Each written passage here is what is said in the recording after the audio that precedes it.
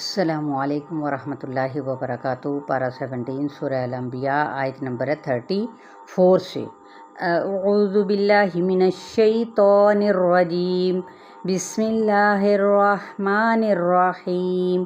وما جعلنا لبشر من قبلک الخلد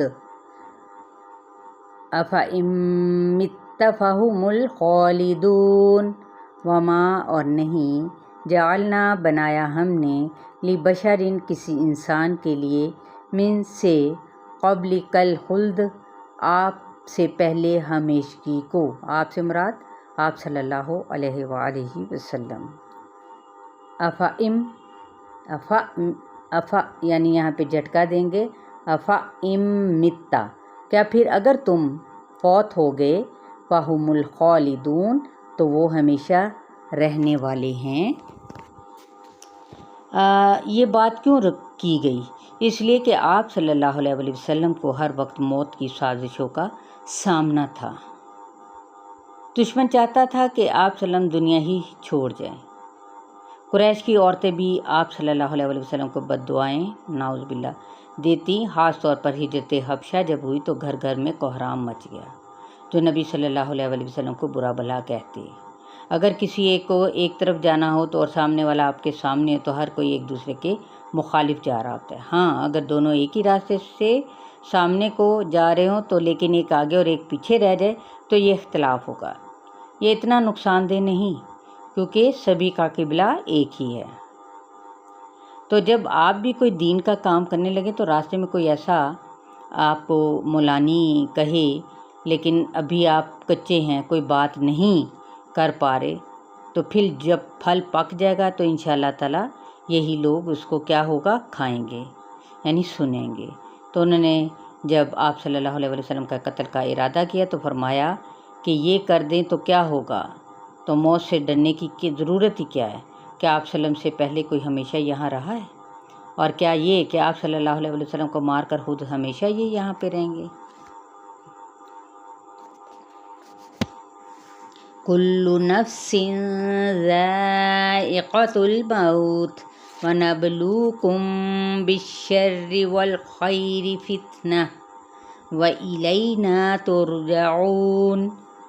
کل نفس ہر نفس، ذائقۃ الموت چکھنے والا ہے موت کو، وَنَبْلُوكُمْ بالام واو اور ہم آزما رہے ہیں تم کو، بالشر ساتھ شر کے، والخیر اور خیر کے، فتنہ فاتانو آزمانا آزمائش کرنا، وَإِلَيْنَا اور ہماری طرف ترجعون تم لوٹائے جاؤ گے۔ ہر ذی روح کو اس تجربے سے گزرنا ہے۔ زندگی کیا ہے؟ آزمائش۔ کم کس کے لیے؟ تم سب کے لیے۔ کیسے؟ شر کے ساتھ بھی ہے اور اچھے حالات میں بھی، برا ہو یا بھلا دونوں میں امتحان ہے۔ شکر گزاری کون کرتا ہے؟ اچھے برے حالات میں کون صحیح راہ اختیار کرتا ہے؟ خیر اور شر دونوں میں آزمائش ہے۔ صحت کے مقابلے میں بیماری، حالانکہ بیماری میں فرائض کم ہو جاتے ہیں، معذور ہوتا ہے تو احکام نرم، جبکہ صحت میں حساب کتاب بھی زیادہ ہے۔ غریب امیر سے 500 سال پہلے جنت میں چلا جائے گا۔ اگر اس دنیا کی 50 سالہ زندگی میں غربت آ جائے تو بڑے صبر اور وقار سے گزارنا چاہیے، جبکہ مالدار کا حساب بہت لمبا ہوگا۔ وَإِذَا رَآكَ الَّذِينَ كَفَرُوا إِن يَتَّخِذُونَكَ إِلَّا هُزُوًا أَهَذَا الَّذِي يَذْكُرُ آلِهَتَكُمْ وَهُمْ بِذِكْرِ الرَّحْمَنِ هُمْ كَافِرُونَ۔ وَإِذَا اور جب، رَآكَ دیکھتے ہیں تجھ کو، الَّذِينَ وہ لوگ، کفروا جنہوں نے کفر کیا، ان یتخذونک نہیں وہ بناتے تیرا، الا مگر، ہزوا ھذا واو مگر مذاق، اھذا الذی کیا یہ ہے وہ شخص، یذکر جو ذکر کرتا ہے، آلہتکم تمہارے الہوں کا، وہم حالانکہ وہ، بذکر الرحمن رحمان کے ذکر کے ساتھ، ہم وہ، کافرون انکاری ہیں۔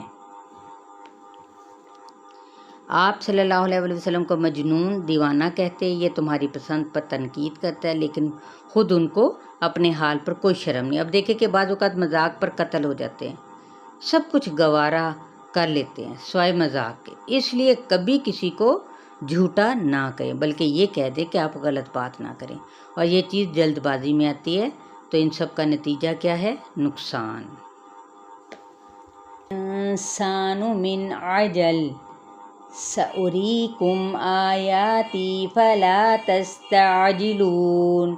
خلق الانسان، پیدا کیا گیا انسان، من عجل، عین جیم لام، جلد بازی سے، سأریکم، را حمزہ یا، ان قریب میں دکھاؤں گا تم کو، آیاتی، اپنی آیات، فلا پسنا، تستعجلونی، عین جیم لام، تم جلدی مانگو مجھ سے۔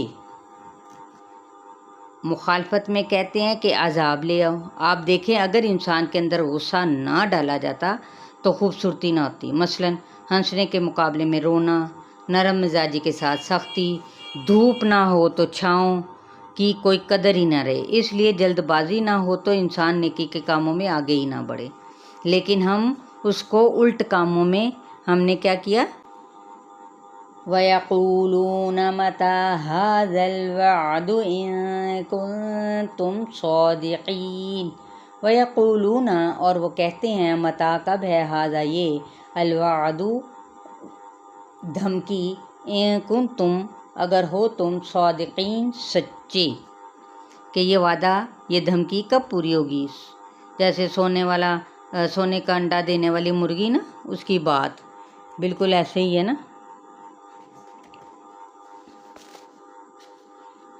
چلے آیت نمبر 38 تک آپ لوگوں کا لیسن ہے، ٹھیک ہے۔